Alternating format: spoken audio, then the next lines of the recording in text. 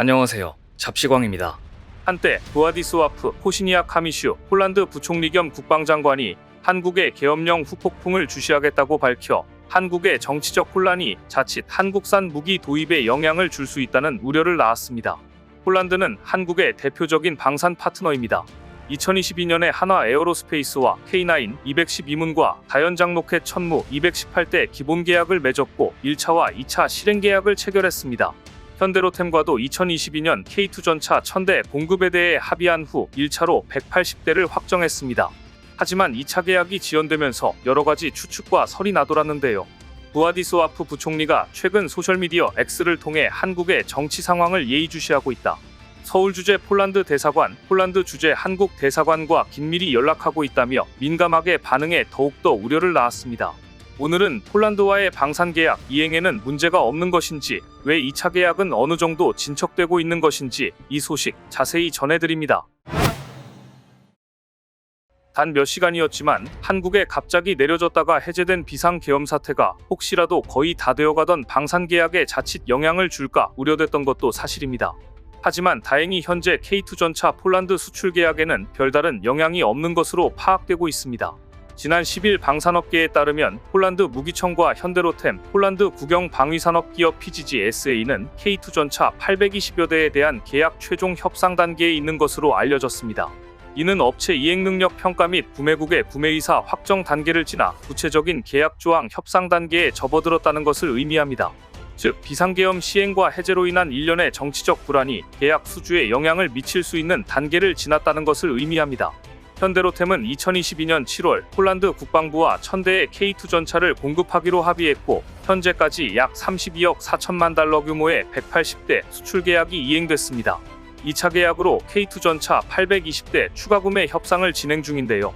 일각에서는 한국의 정치적 불안으로 인해 방산 계약의 차질이 빚어지는 것이 아닌가 불안해했지만 방산 전문가들은 일정 단계 이상 진행된 방산 계약은 번복하기 어렵다고 얘기합니다. 구매의사 확정에 이르는 평가 과정이 복잡하고 까다로울 뿐만 아니라 구매 의사를 번복할 시 구매국 또한 신뢰도에 손상을 입을 수 있기 때문입니다. 지에니크 즈브로인이 디펜스24 등 폴란드 현지 언론들 또한 한국의 계엄 실시 및 해제 상황에 대한 우려를 표하고 있지만 정치적 불안으로 계약 업체의 생산시설 등에 치명적인 영향을 입어 납품에 차질이 생길 수준이 아니라 보도한 바 있습니다. 현대로템 역시 K2 전차 2차 계약은 사업을 더 안정적으로 진행하기 위한 논의 과정에 있으며 정치적 불안과는 전혀 무관한 이슈들에 대한 조정이 이뤄지고 있다며 우려를 일축했습니다. 방위사업청도 폴란드를 계속 방문하면서 정치적 불안이 사업에 영향을 미치지 않도록 노력하고 있다고 밝혔습니다.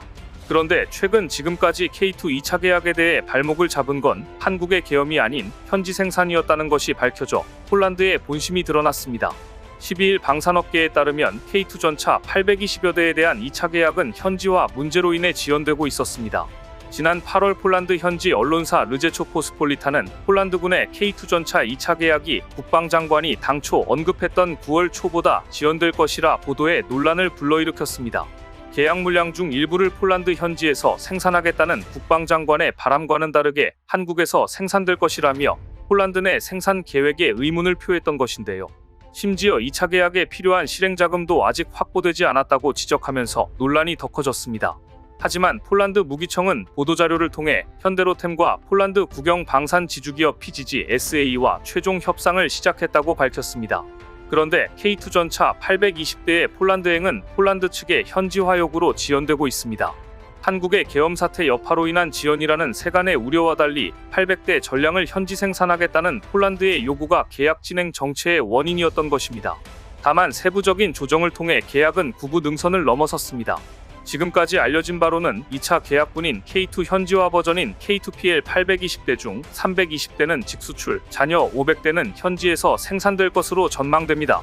잔여 500대는 반조립 상태로 폴란드로 수출돼 현지에서 조립하는 형태로 공급될 것으로 보이며 계약 금액이 약 40%가량 낮아질 수 있습니다. 앞서 공급된 180대의 GP 버전과 달리 유럽 방위산업 전략의 2030년 무기조달 기준에 위배되지 않습니다.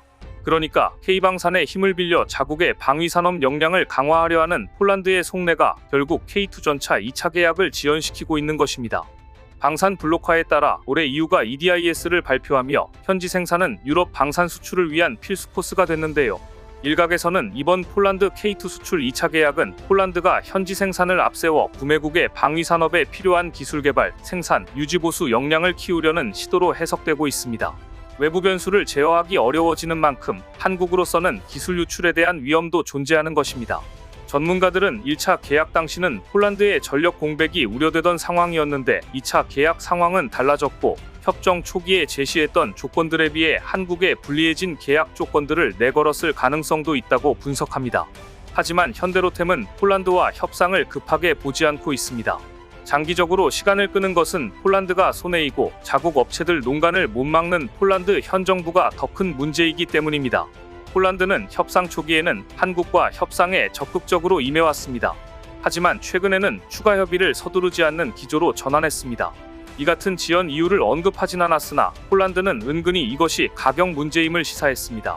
하지만 K2PL의 가격을 올린 것은 현지 업체들과 현지 매체들이 담합한 결과였습니다. 그런데도 폴란드 차관이 가격을 이유로 고의로 시간을 지연시키고 있다는 의혹을 받고 있습니다.